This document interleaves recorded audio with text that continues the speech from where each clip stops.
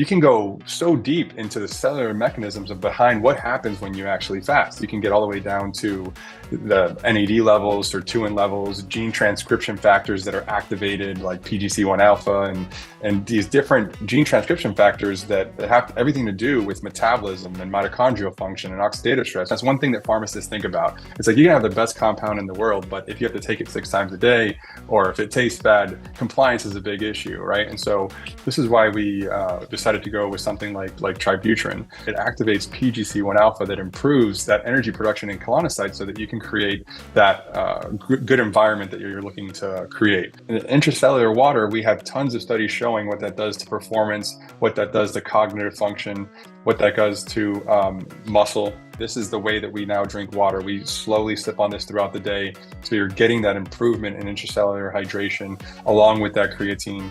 And another one of my favorites that I use as well.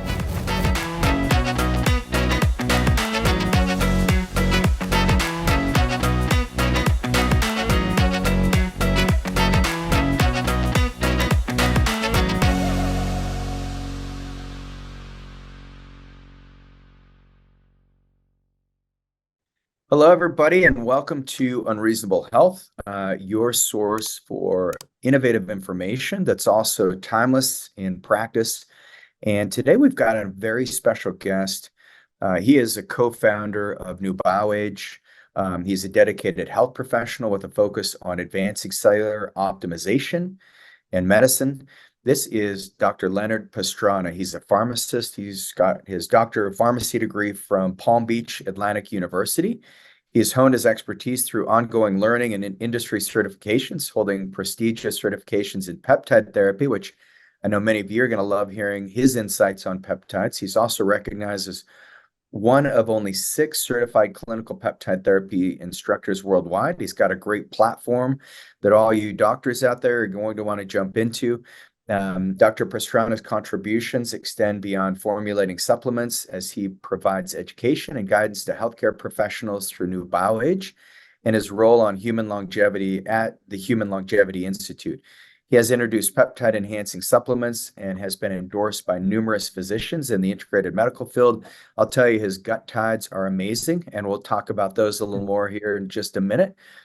With a passion for education, Dr. Pastrana mentors pharmacy interns and pharmacists entering longevity medicine and shares his knowledge through speaking engagements, podcasts, and webinars.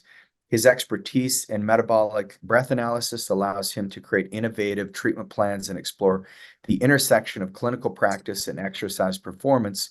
Dr. Pastrana consults and practices nationwide and advocates for integrating cellular medicine compounds into protocols. He also educates the general public through telemedicine, sharing insights on the benefits of cellular medicine. As an international speaker and creator of Nucleus, which is trademarked, a comprehensive cellular medicine database, Dr. Pastrana aims to empower practitioners and reshape the future of healthcare by harnessing the potential of cellular medicine. So, Dr. Pastrana, welcome to the show. Thank you so much. That was a great intro. Man, well, it's such an honor to have someone like you who's dove deep into the world of cellular medicine and optimizing health. And you've departed from the traditional pathway of pharmaceutical medicine, even though you're a pharmacist. So what was the first thing in your life? What was the pivotal moment that allowed you to start seeing health beyond just the chemistry component?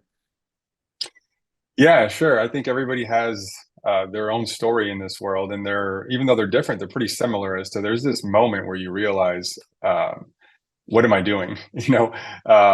And you pivot into a different direction. That happened for me when I was working at typical retail pharmacy. I was working at a CVS and just dispensing as many medications as you can, because that's the metric that they judge you by, is how fast, how frequently you can refill it, and how fast you can get the prescriptions out the door. And I loved being a pharmacist. I loved the one-on-one interaction with patients and helping them out. But anybody can, I don't want to say anybody can do that job. It's a very difficult job, but it just wasn't fulfilling. And so that's when I decided to pivot. I wanted more of a clinical position and went into working into hospital pharmacy that I liked a lot more.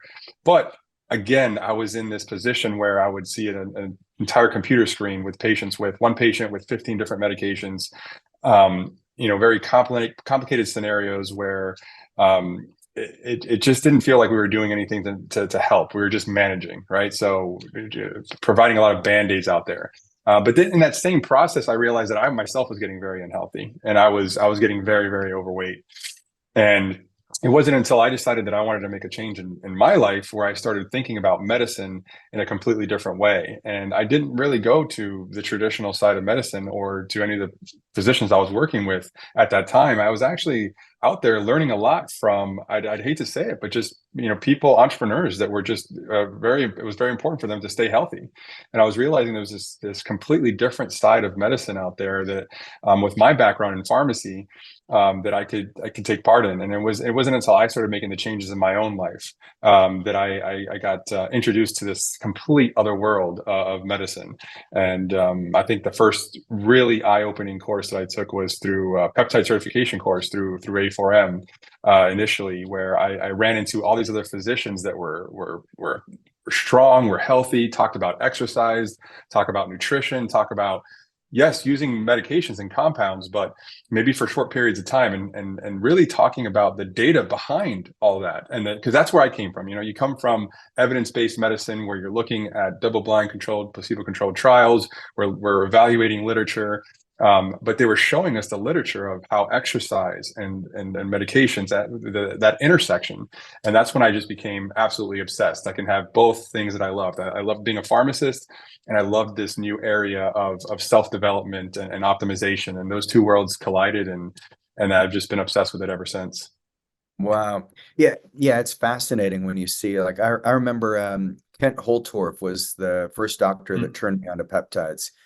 And when he was talking about it, like, what are all these crazy agents? And then once I learned, like, they're naturally expressed in the body, I said, oh, this is such a fascinating world. And like you, I've just went in head first and dove right in, and it's been a fun intersection of Eastern and Western medicine, just seeing what's going on there. So you departed from that, and now you've got a big vision. I mean, you help, not only do you work with individuals, but you also help other providers learn about cellular medicine. But how would you define cellular medicine?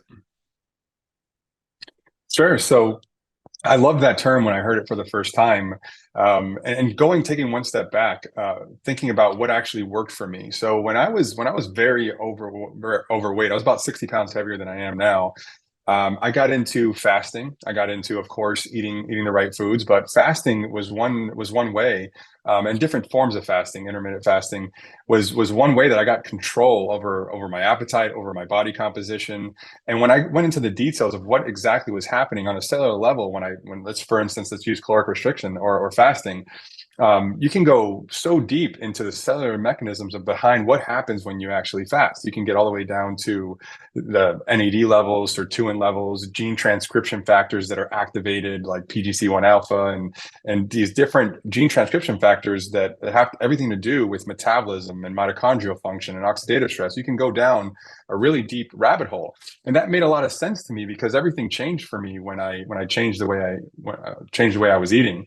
But then when we started going into some of these peptide therapy certification courses, I started realizing a lot of these molecules and a lot of these compounds were converging on those same pathways, those same metabolic pathways that got expressed when I exercised or expressed when I did something like fasting were the same drug targets. And so that's when I came across this term of cellular medicine is, let's understand what's happening on a cellular level so that we can leverage the intelligence of that cell and what it already knows how to do. And then we can bring in other things outside of exercise and caloric restriction, like different compounds, like different modalities that converge on those same pathways. But it isn't until you understand what's happening on a cellular level that you can then determine what compound or what supplement or what combination of compound and supplements to use together to really get the best response possible. And that's how I think of cellular mechanism is let's get back to the cell as to let's not pretend like we're God and we know what's best for the cell. Let's understand what the cell does when it's extremely efficient and leverage that intelligence. And that's how I think of cellular medicine. Love it. Yeah, it's almost like you think of the AMPK, the mTOR pathways, and you're like, okay, well, how can I turn one on, turn the other one off? What are some of your favorite pathways that you've opened up in your own personal journey, or maybe peptides that helped, that kicked off your career and your knowledge of it. Sure. So I think you mentioned it, that combination of AMPK and mTOR is this perfect balance, and I think that's where I initially got started. And sometimes what you hear is that mTOR is bad and AMPK is good, which is not the case, right? The problem is that we're overstimulated in that mTOR. We're in that fed state. Yeah. But that doesn't mean that it's bad. It's very important at the right time. But I think that understanding of AMPK and it being that nutrient sensor of the body that can sense this energy deficit, and then all these amazing things happen, right? When we caloric restrict or when we exercise, there's this sensing of energy depleted, and all these beautiful things happen. And then that's when you get into the conversation about NAD and sirtuins and all the downstream effects of sirtuins that are known as longevity genes. But it's not necessarily that they're longevity genes. It's all those downstream effects that get activated that have everything to do with mitochondrial biogenesis and oxidative stress. And that's probably one that I spend the most amount of time on, just because it has so much to do with metabolism, and that's where you can make the biggest impact, because we know that most of the country is either overweight or obese or has pre-diabetes. So it's a great place to start, and it leads into immune system issues and leans into cognitive function. So I love to start on that AMPK pathway and metabolism. But then when you start looking at some of the most common peptides that are utilized out there, like the GHRH and GHRPs, they're stimulating that same pathway. They're stimulating sirtuins. They're improving the NAD plus to NADH ratios, right? So it makes tons of sense. Our favorite compound that's most talked about, GLP-1s, what are those doing? They actually have effects outside of just secreting insulin, right? They activate AMPK as well. They activate a lot of these nutrient sensing pathways that we're involved in, and then that's when it gets to be a lot of fun when we start combining them with exercise and other supplements. But I think metabolism is where I love to start with everybody, because it has such a big impact. Yeah, it's crazy. And if you look around, more than half of Americans have some type of metabolic disorder. And so, I think these molecules have been life-saving. One of the most interesting studies I found on the GLP-1s is that I think it was Morgan Stanley that did a survey of 300 people on them.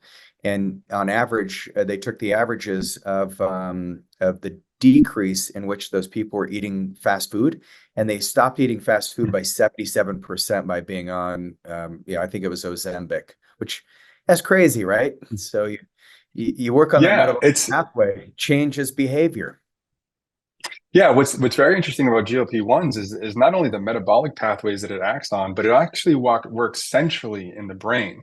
So it works on dopamine and serotonin in the brain that have to do with that craving center. And that's where we saw this decrease in not only fast food, but we see it decrease in alcohol consumption as well. We have a lot of patients that are usually those 3 to 4 glasses of wine drinkers at the end of the night.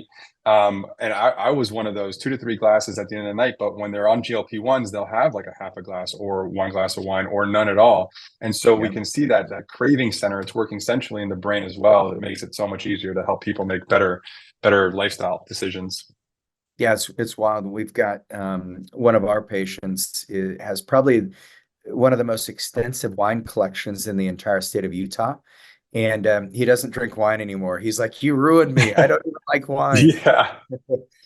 Yeah. Yeah, it's unfortunate, but I bet his biomarkers are a lot better, or enjoying it. Oh, he looks like a new human. He looks younger every time I see him, and he feels better. He's got his life back. He's sleeping better, of course. Drinking a bottle of wine at night doesn't seem to help with sleep too well.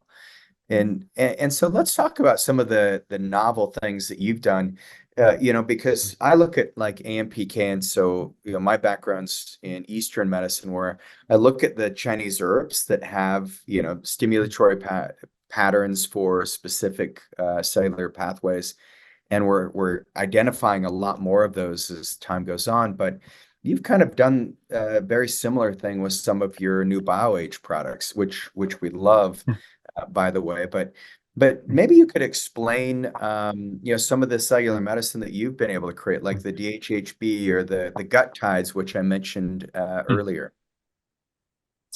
Yeah, so when I look at optimization, I look at it in a framework, right? And there's obviously the metabolism side of things, getting glucose and insulin dynamics to work correctly, and improve exercise capacity and things like that. But then there's other things that get in the way with metabolism, and two of those biggest things are stress management. One, if someone has high cortisol, they're stressed out. It doesn't matter what you're doing; it's creating this poor environment for good metabolism.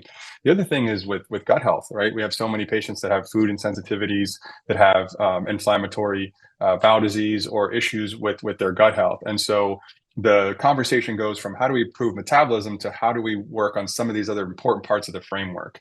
And so things like DHHB is perfect in that stress management area, right? So DHHB acting like this anxiolytic. And this hits home for me just because when I was in the pharmacy, you have what's called a fast mover rack, and it's right behind you, right? For all the drugs that move the fastest, so you can have easy access to them. And almost every benzodiazepine was on that rack, right? So many patients are taking anxiolytics, which can be, an issue just when it comes to cognitive function, when it comes to falls, when it comes to dependency on those. And we have a compound like DHHB that comes from hinokiol, and it has that anxiolytic effect quickly within 30 minutes, but doesn't have that dependency issue, doesn't have that cognitive decline or cognitive function issue.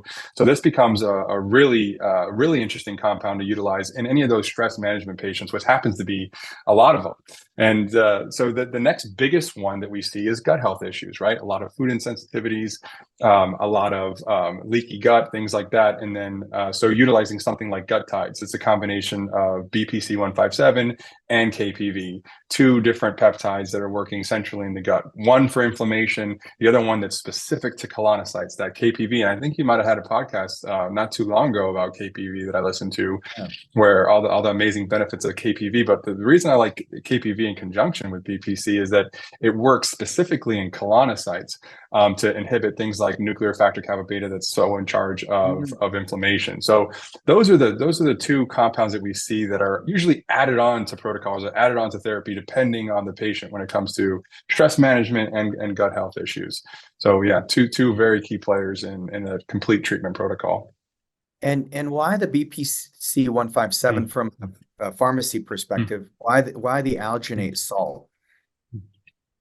Well, what they looked at was the arginate salt, that it was more bioavailable. And so that's one of the things that we look at when it comes to stability, right? So on the pharmacy side of things, we work with a lot of pharmacies where we're helping them understand bioavailability, making sure that they're sending their stuff away for third-party testing. And one of the things that we've seen with our partners in pharmacy is when they sent some of these compounds away to testing, not just testing it on the day one when they utilize the compound, but actually having it sit there in the lab for 30, 60, 90 days and see, is it stable? Is it staying,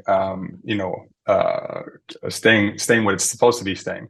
And what they found is that there's certain forms of BPC that stay stable much longer. And arginate seems to be the longest stable acting form of BPC.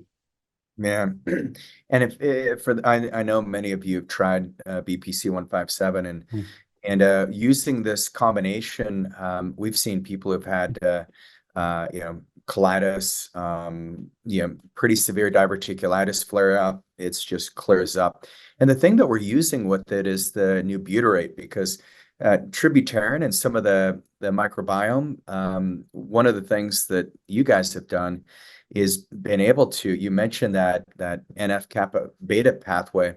One of the things tributarin does is calm down that pathway. It activates some of the glutathione. But maybe you could talk about new butyrate and why yours is different than just using tributarin. Yeah, so the tributyrin is another way that everybody's trying to improve butyrate production, right? So nobody is out there saying that it's not up for grabs, right? Everybody knows that butyrate production is going to be very beneficial. So a lot of different companies creating butyrate supplements, some using just sodium butyrate, some using tributyrin, and there's a couple different ways of doing it. There's certain other compounds that improve butyrate production as well. The reason that we went with tributyrin specifically is for compliance. compliance, right? So if you've taken some of the other sodium butyrates, it tastes almost like Parmesan cheese, gets all over your fingers, things like that. So that was one of the main issues where if you don't have compliance on a medication, that's one thing that pharmacists think about. It's like you can have the best compound in the world, but if you have to take it 6 times a day, or if it tastes bad, compliance is a big issue, right? And so this is why we decided to go with something like Tributrin, and for its ability to improve butyrate production, which again, even though we're talking about the gut and we're talking about inflammation, what is one of the things that butyrate does is it improves energy production in colonocytes, right? It activates PGC1 alpha that improves that energy production in colonocytes so that you can create that good environment that you're looking to create, as well as all the other things that it does with upregulating glutathione peroxidase and natural antioxidant system to improve the oxidative stress of that area. So Tributrin is very common supplement in a lot of the gut health protocols and in a lot of the weight loss protocols as well. Man, and we see that in our stool tests. A lot of people, very low butyric acid, their metabolic metabolites are very low. They're not feeding the gut. And so, yeah, if you want food for your good bacteria, it's great. The new butyrate, phenomenal formula. Let's talk about the loose synergy, because that's another interesting one for, longevity or for detoxification and NAD. But how did you come up with that formula? Yeah, so actually that was the one that got us started in this. We never set out to make supplements. We were going to different conferences and helping physicians understand different compounds. And as we were, both evaluating the literature as it was coming out, we were realizing that there was certain supplements or certain compounds that just weren't available when we had really great literature as to what it was doing with metabolism. So Lucinergy was one of the first things that we decided to start working with pharmacies to make for us. And then eventually we realized, once it kind of took off, that this is something that needed to be formulated. But the science behind Lucinergy was, again, we were going back to that metabolism. We were going back to AMPK. So NAD is this big subject out there, and most companies are using NAD precursors or different ways of putting exogenous NAD into the system. But what we were studying is understanding the NAD salvage pathway and understanding more of the dynamics on how we can improve the efficiency of NAD and make our own production of NAD without using an external source. And so one of the research that was so fascinating was this research done with low doses of leucine, right? So leucine in higher doses is usually something that we see mTOR activating, that's for protein synthesis, that we use this amino acid leucine for a number of different things. But this research was interesting, and they found that low doses of leucine, where you had what's called 0.5 millimolar concentration in the blood, which is usually about a gram of leucine, was actually decreasing the amount of NAD that you needed to activate sirtuins, right? And so all those pathways that we were talking about earlier are the downstream effects of sirtuins, right? But sirtuin they do not work. They're NAD dependent deacetylases, meaning they need NAD to be activated. And so what they're finding is you actually need less NAD in this state of low doses of leucine. So the same research group did a number of different studies of combining leucine with these other co-activating compounds to improve a number of different things. They looked at it in cholesterol. They looked at it in non-alcoholic fatty liver disease. And so they started doing the ones that we were most interested in is leucine and resveratrol, very low doses of resveratrol, just because it was a co-activating compound that's working on the same pathway, and its effects on insulin and glucose dynamics. And then they looked at things like leucine and pyridoxine when it comes to weight loss and body composition. And so that's when we put this formula together of this utilizing this low dose leucine, these co-activating compounds, to improve weight loss, to improve metabolism, to improve NAD efficiency. And this is around the same time when GLP-1s became so popular, and that this was a perfect combination for these two. And the reason behind that is that when you look at the studies with GLP-1s, it wasn't just GLP-1s that are being studied. They were studying GLP-1s with caloric restriction and exercise. If you look at how the studies were run, they had to have a 500 calorie deficit, and they had to move their body a certain amount of minutes per week, right? And this is exactly what the pharmaceutical company was doing. Was they were leveraging cellular medicine. They were leveraging the intelligence of the cell that knows what it's actually converging on these same metabolic pathways if you can get someone to exercise and utilize GLP-1s. Well, we decided, well, why can't we take that a step further, recommending that exercise, utilizing GLP-1s, but then make a compound that actually mimics exercise and caloric restriction from a cellular standpoint.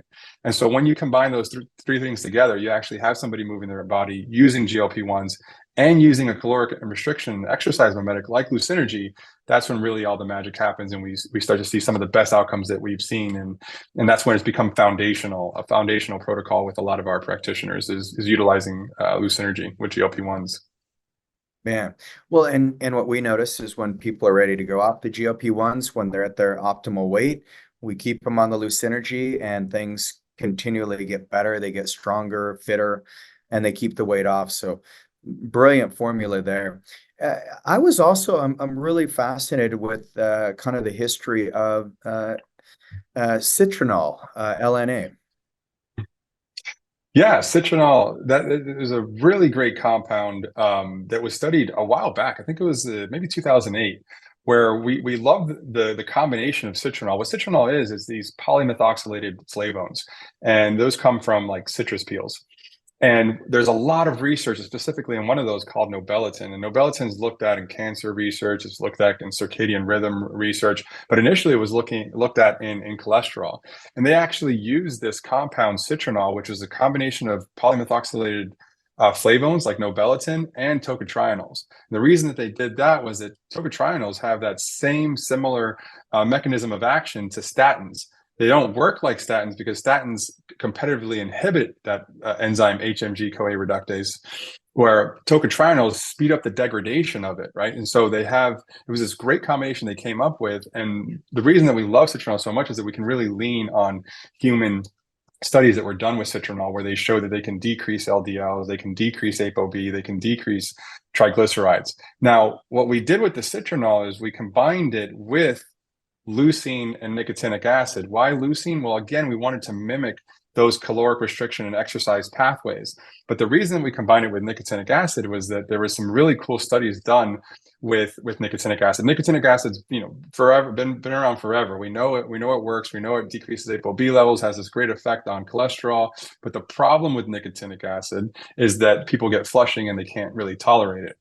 But then that's why it's not used as much. But what we found really interesting was this study done with low doses of leucine and nicotinic acid, where because they're converging on the same system, and this is why cellular medicine is so important, because this would not make sense if you didn't understand this relationship between NAD and sirtuins, right? But because leucine was already lowering that threshold of NAD needed, well, they looked at, can we use smaller doses of nicotinic acid with leucine and get the same effect? And they found that they could decrease the dose of nicotinic acid by 95%. Now, again, this was a preclinical model showing that they can use small doses of nicotinic acid as long as you have leucine along with it to get these beneficial effects. And so that's when we decided to combine the science between these polymethoxylated flavones like citronal and leucine and nicotinic acid to make this one amazing supplement that you could use for weight loss. But the way that we use it is more for our patients. And you probably see this all the time when they come in, they have elevated triglycerides, they have elevated LDL, they have elevated ApoB levels. And it's, the results are amazing that we see. We have a lot of case studies that we presented at different conferences utilizing these with GLP-1s, because a lot of times you'll have someone come in for weight loss, but you'll know that you have to work on weight loss and you have to work on their cardiovascular risk factors at the same time. This is the perfect combination. And there's a lot of patients that don't want to take statins, or they want to take a lower dose of statins. So it's great additional therapy as well. So one of my favorite, one that I take all the time myself.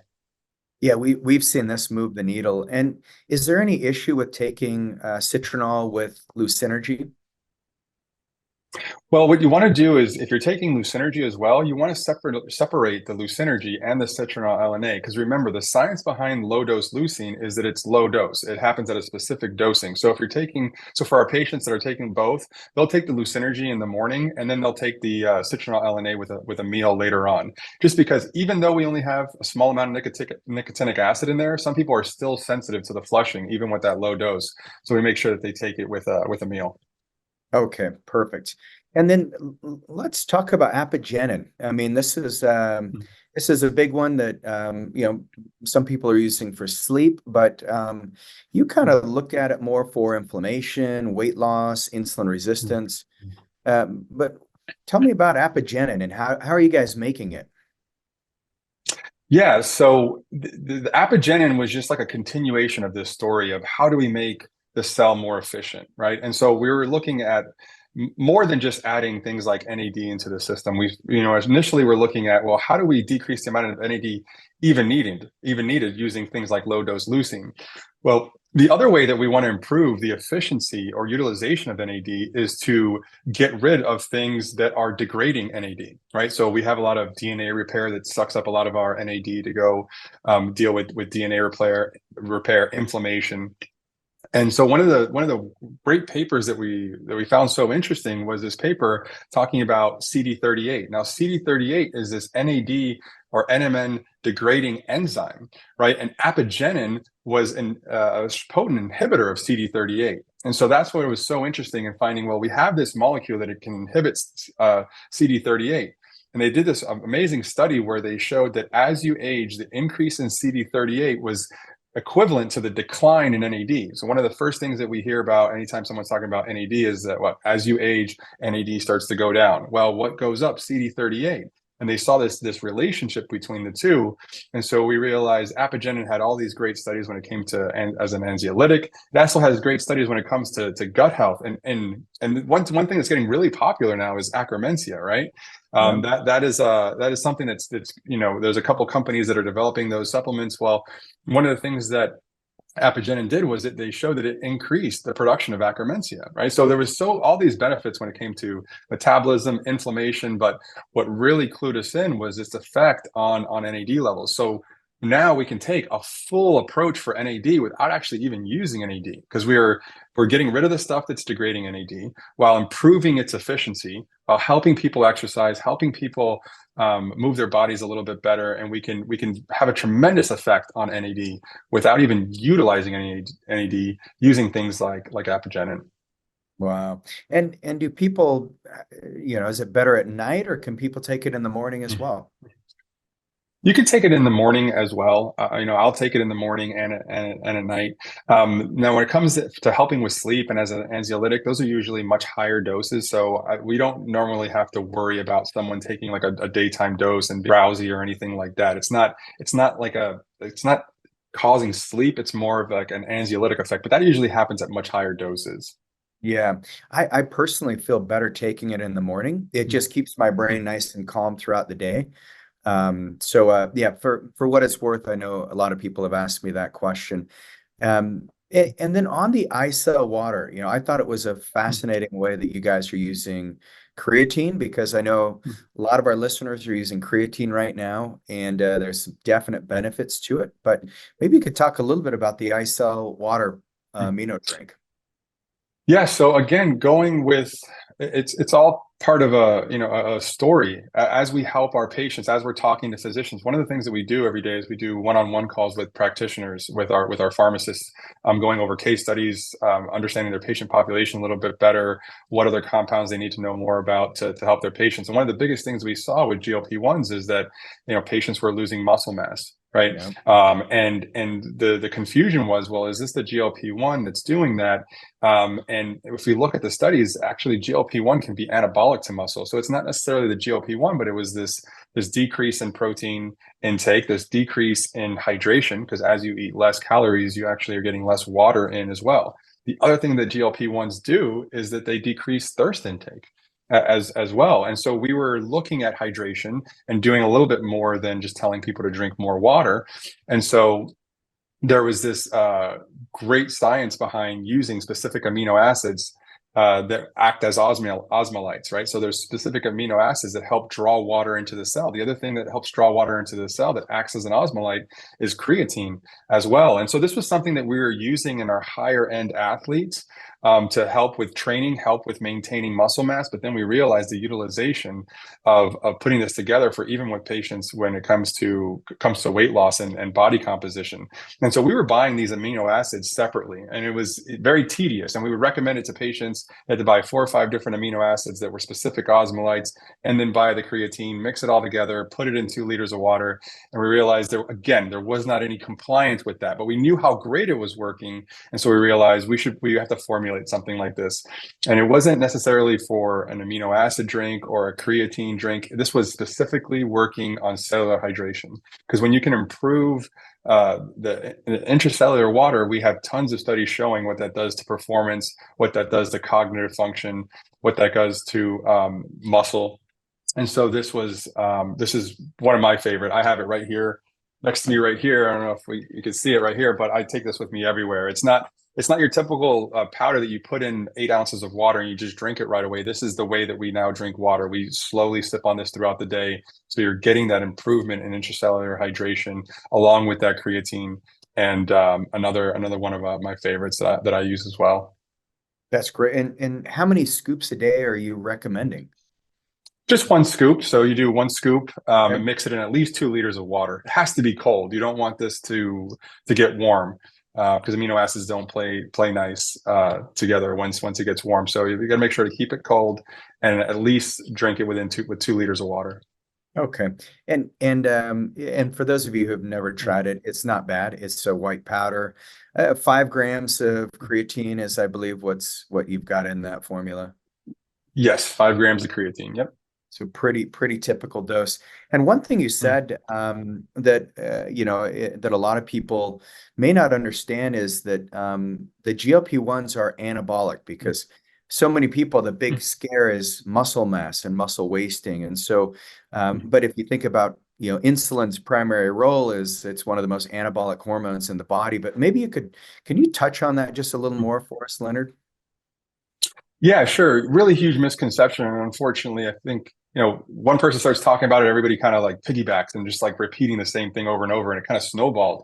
Where in a recent conference I was at, I presented some of the studies showing that GLP-1s are actually anabolic to muscle, right? It's all about timing, right? And that's what's the magic behind GLP-1s is that they're helping secrete that insulin postprandial, right? When you need it, when the glucose spikes and you actually need the insulin to work, right? We don't want high insulin all the time, right? That's why we look at fasting insulin levels because insulin can inhibit lipolysis, but we want insulin secretion at the correct time, and that's again leaning on that cellular intelligence. But when it comes to GLP-1s, as long as you're having the correct amount of protein, using resistance training, and staying hydrated at the same time, we have tons of case studies where we have patients losing weight while maintaining or increasing muscle mass. And I actually presented some of these case studies. If you put everything together, you can increase your muscle mass while you're losing weight, or at least maintain that muscle mass. And again, it's not even muscle mass per se if you're getting on a DEXA scan or if you're getting on an in-body. The one metric, muscle mass is very important, but the one metric that's even more important than muscle mass is muscle strength. So this is something that we test a lot in our patients because they've done studies with this, looking at is it the muscle mass or the muscle strength that's more important when it comes to mortality risk. And it's actually the strength, right? And so that's something that we measure coming in because initially when you have a patient that's got a very high BMI, they will lose some muscle just because there's a lot of fat in muscle tissue. Yeah. And so did we make this patient less healthy? Well, it depends. Did they get stronger while they were working with us? If they got stronger while they were working with us, we did something significant to their mortality risk and to their lifespan. So there's some more nuances than just, it losing muscle or not losing muscle. There's a lot of other things that you need to look at, but I think hydration, I think people got the protein intake and the resistance training down. Everybody recommends that, but the hydration is one of the biggest things that people are missing in that conversation. It's very important. That's why we developed the ISO water. Man, well, it's a great formula, and I think everyone can appreciate the amount of knowledge that's gone into it, but also creativity. I mean, you've been able to look at the cellular pathways and finding those intersections that can lead to really big biological transformations. So let's talk a little bit about your educational platform. How can the providers on here dive into that? Yeah, absolutely. Something that we've always wanted to do, and we've always done kind of one-on-one, is a lot of Zoom calls with providers going over these same topics that we're talking about, going over case studies. But we decided to do is create this platform called Nucleus, where providers can come in and learn all of these things that we're talking about, really dive into the details of each individual compound. What are the cellular mechanisms behind that compound? How do we converge on other pathways? How do those compounds combine with other supplements? And it's really for any practitioner or any practice that's registered with us gets access to that. And then we have a more of a Nucleus Pro type membership where we have expert webinars that come on with a lot of other physicians that are in this world, that are doing this every day, that share their experiences, because that's how we've gained all this knowledge. It wasn't any one person, me or anybody else, that just studied more than anybody else. It's this collaboration that we've had with physicians. We've been on phone calls, Zoom calls with hundreds of practitioners, and it's us understanding the questions one practitioners have, but also learning from practitioners as to what's working in their practice and being able to share that with other practitioners. And so this is where we're trying to create this kind of this ecosystem where practitioners can come, share, and we can all kind of learn together and collectively get better as we grow. Yeah. And so how can providers, is there a good website they could go to, or is there contact information?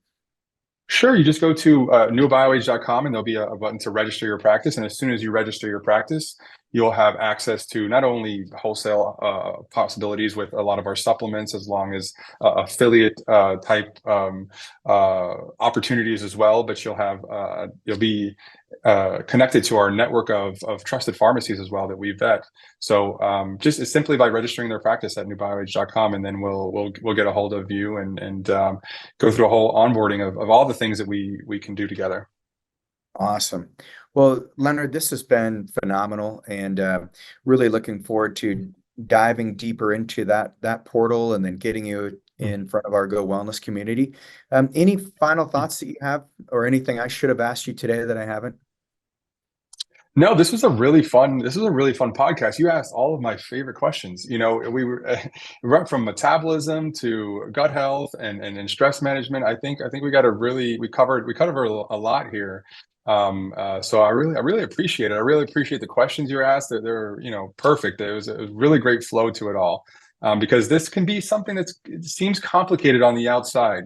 But there's a simplicity to where we're just trying to leverage that intelligence of the cell, and the way that you had this podcast flow, I think we got that point across, and really appreciate it. Yeah, well, appreciate you, and thanks so much for joining us. And for those of you who loved this episode, make sure you leave us a 5-star review, share it with your friends, family, loved ones. You providers, make sure you go over to New BioAge and get signed up on their portal. Appreciate you guys. Take care.